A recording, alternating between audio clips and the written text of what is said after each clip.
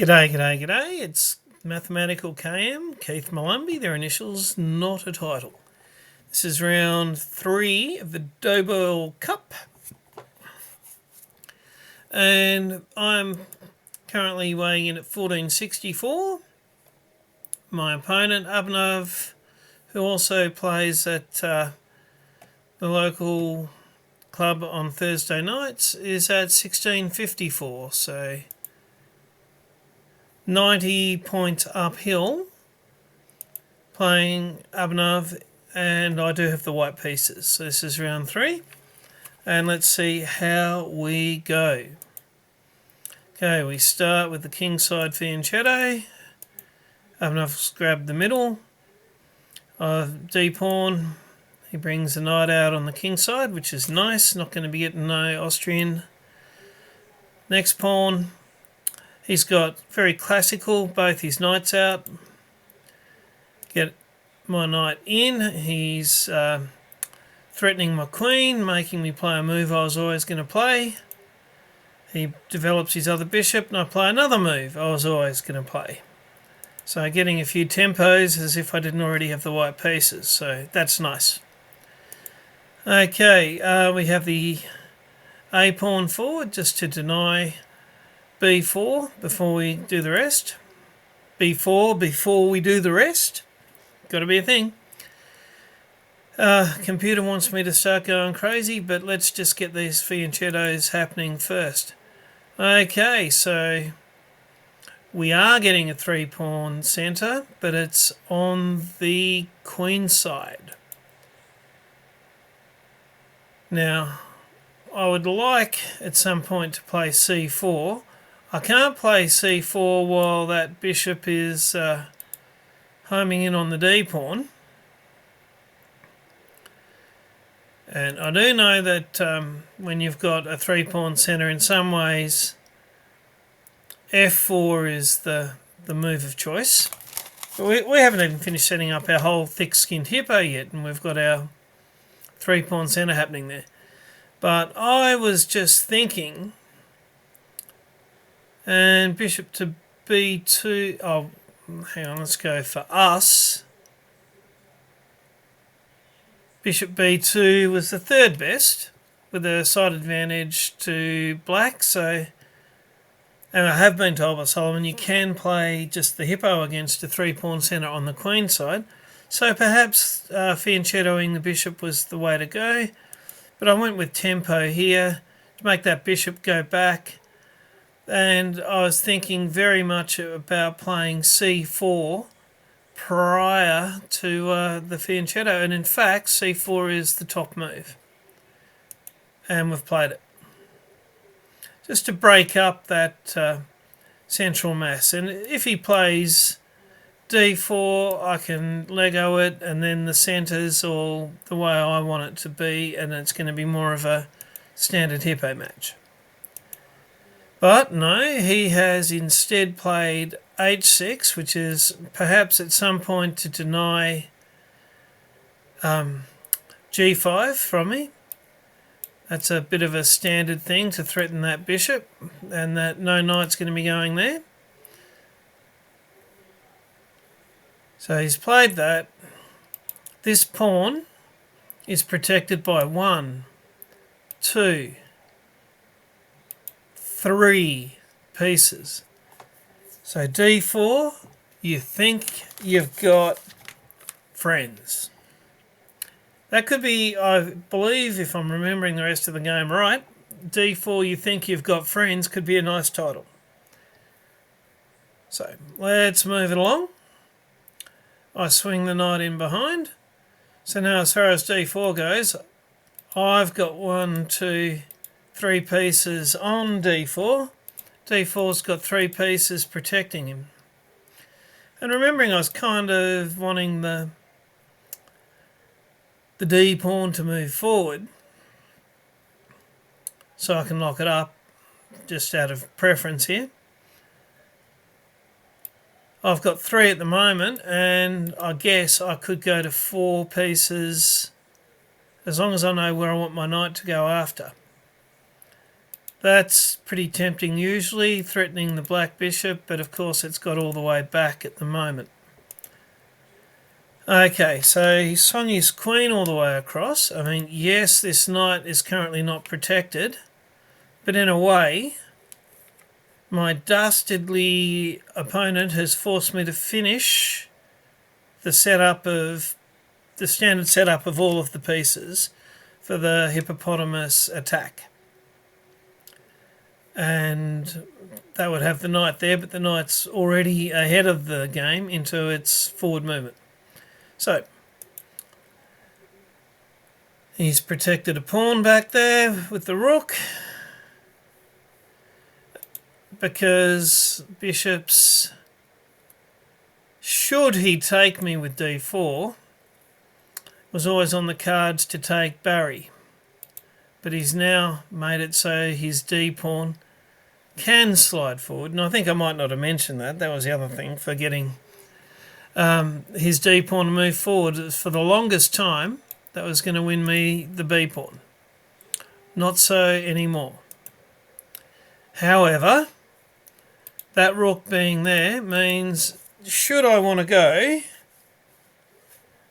it's not exactly up the exchange, but should I want to get the bishop pair, and the bishops are the heart of the hippo, his dark squared bishop is now trapped. He's moved it back one. And looking at what the computer is suggesting, that's very interesting. Threaten the queen with the pawn. If he takes my pawn,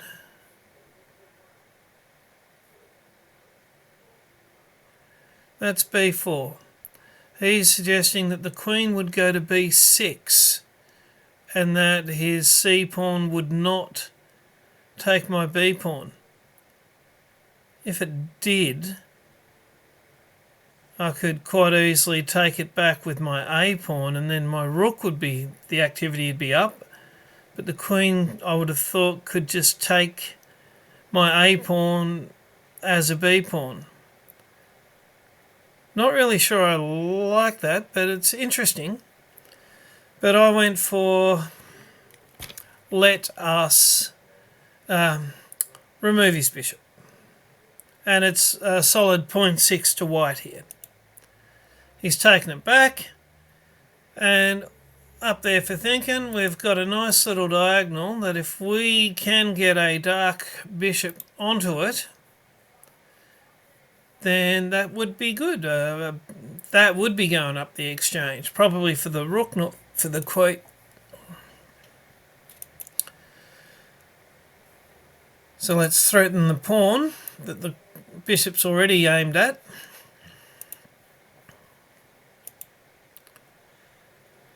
And that, was a little bit of a mistake. Mind you, it ends up being a winning mistake for my opponent, because this is a very tricky tic-tac, and this is in fact where the advantage is it's 2.1 to me at the moment. You'd like to think I could hold that sort of an advantage through to the end, but let's see. That is the right move to play. So we've got the bishop skewering the queen and the rook.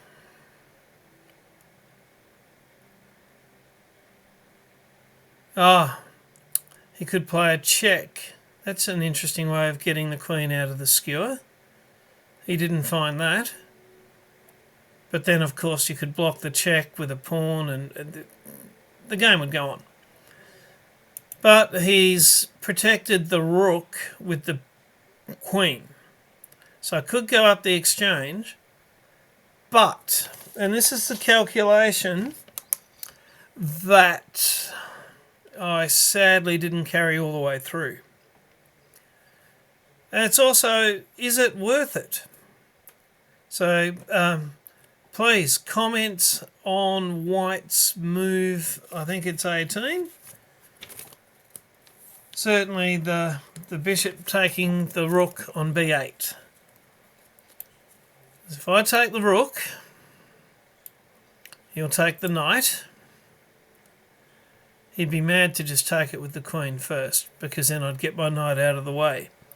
Strangely, getting the knight out of the way at plus 1.6 to either h4 or d2. Get the knight out of the way. There's nothing threatening the bishop, and the bishop is lined up on that rook. So not being so fixated on the deal that I can get would have been the way to go, and the openings got me deep into this middle game here in obviously a good position, plus 2.5. So I'm still going to call this game a success for the Waterhorse opening. But look at this tic-tac. If I take the rook, he takes the knight. I take the pawn, so I've got a central pawn. And then he takes the bishop. So I lose 3, 6. I lose 2 pieces, 6 points. And gain a rook is 5 points and a central pawn, which is what sold me on it, wish it hadn't of. I get 6 points as well. But positionally, is it better to the rook or the 2 pieces? Were I to get this situation again, in fact, I do like the computer's main choice of d takes. I think that don't know that he'd take c4 for his second move. I think if I take there, he would probably take back, and then I'd be in the same situation. And at that time, need to get my knight out of the way. Or even if I did exactly what I did, I could get the rook for another pawn. There would not be a pawn in front of my queen. The queen would have mega activity threatening down there. But at the end of the day, knight to h4 looked pretty good and coming in here. But let's get the 6 points and watch that 2.5. It all went as predicted. The 2.5 to me has had a swing of 4.7 to black, even though that material's equal. So that was truly where this has gone wrong at move 18. I'll tell you now, we get to move 35, so you could call it kicking and screaming, or you could call it still trying for an attack even though we're a bit down there. So let's see how it goes from here. Drive forward with the pawns. He takes, I take. Now my light bishop is fairly well located, and it's doing a good job of controlling that knight. So his other knight decides it was doing too good of a job and comes in. But now we've opened our queen's now got a lot of activity. He brings his queen in. Threatening check there. It's actually quite the move, that one. At -4.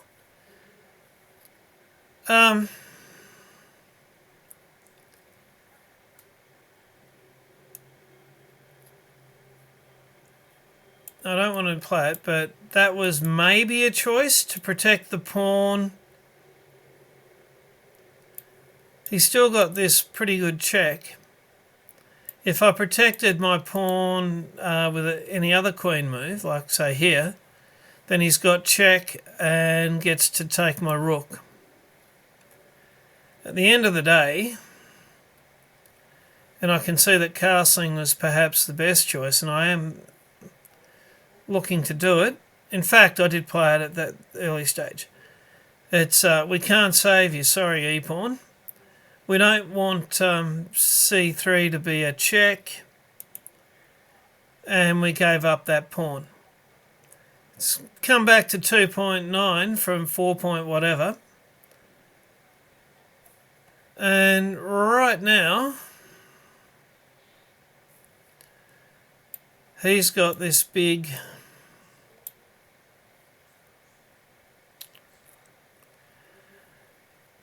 and I can see if he takes it with the queen, it's check. If he takes it with the bishop, I can kind of ignore it, at least for a move. So I like and I was thinking for a little while I had available the idea of a back ranker. Certainly,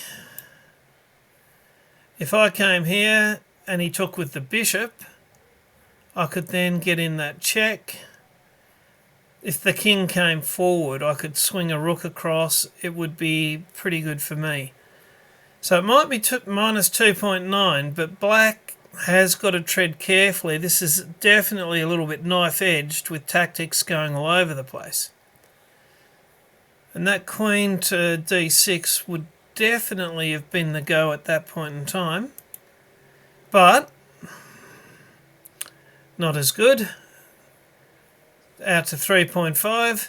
I've lined up a rook on black's queen. He's taken his queen back. And look, it's plus 2.8. Oh, had my chances here. And I believe it is the same tic-tac. And his queen's further away and can't help as much, hence the queen d6. He wouldn't need to castle. Queen times e7.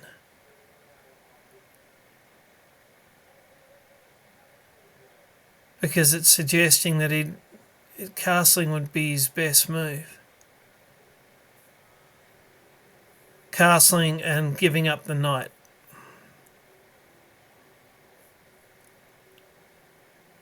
Wow, so I had my moment, I didn't pick it.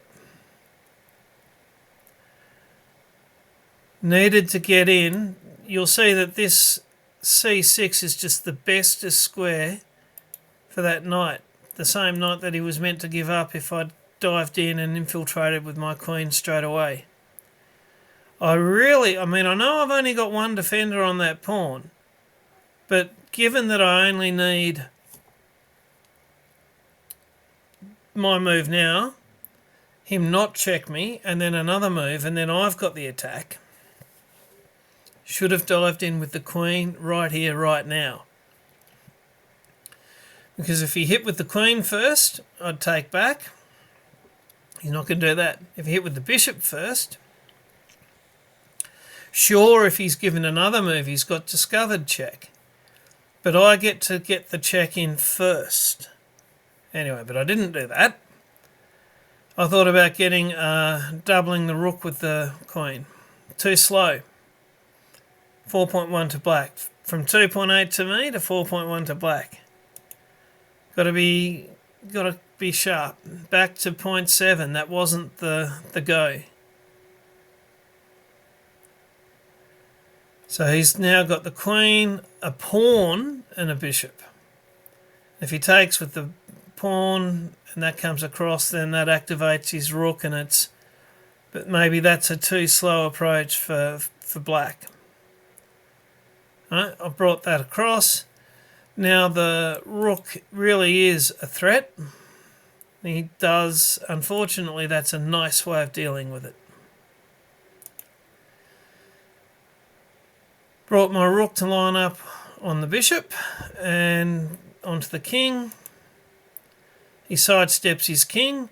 I know that I've got a check available. I couldn't see the logical follow-up because the knight covers that one, the bishop covers that one, the knight covers that one. And the king's going to be here and don't want to go there. So it looks like it was the move to play, but I didn't play it. Instead, I've now got two pawns protecting that one. And if he takes there, then I'll take that way, and then the rook's protecting that pawn from his rook. Still -4. He takes. The check's still the go. It's interesting. But I take, and I've got that little defensive network set up. Knight d4 is the best move, which he doesn't play yet. I bring my queen. I'm now he's too good a player to not notice it, but that the bishop is now hanging. Beautiful move with the knight. The bishop is not hanging anymore. Queen's still got its guard duty here, and it's now threatening quite a good check if he doesn't move his king across or give himself another escape square. -3 and a bit. Okay, this is where I've got to work that little bit further with calculation. And I was thinking, if I can just get the queens off, 2 rooks versus a knight, a bishop and a rook, the 2 rooks might come out on top. The pawns are pretty equal. And I could see my way into check. He'd come here. Check. His only way to stop that is the queen's off. And then I thought, oh, from there, I'm threatening that pawn with this rook. But my rook ends up here, and it's black's move. Didn't think all the way through. I end up being knight forked with a check on my rook, which is hanging. And I've gone from, it might be -3.5, but I still had chances, I feel, in here. So check. Really needed to bring the queen back to this job and not, that's the -4, but exactly everything as I predicted it, except I didn't look at that. And that's when I shook my opponent's hand. So nice tic-tac at the end. A few lessons on infiltrating with that queen, even if it's not the whole story there and then. That was possibly, what I should have been doing there. But I would say that the big moment in this game was this, where it started with a nice tactic of mine to get +2.4. I ended with the bishop skewering the queen and the rook. But let's not always think that we actually have to take the rook, because it was a tricksy tactic, and I needed to get that knight free first, either by to h4, to d2, which was a nice square as well, or even by taking, and then if he took back that way I could then go to one of the other 2. Got to remember the bishop isn't hanging. It was a nice tactic. I don't have to win the rook. If he at some point he is going to have to move his rook to the side after my knight's safe, which will give me another move with my knight. And if I've taken here, and he's taken there, and then I've come back here, he'll move his rook, and then my knight will win that pawn as well. Very nice. Which is no doubt in the computer line why that pawn doesn't take here. It instead goes that way. So I'd call it a win for the opening, and half of a good tactic is not enough. Anyway, I will see you tomorrow with rounds 4, 5 and 6. So bye for now.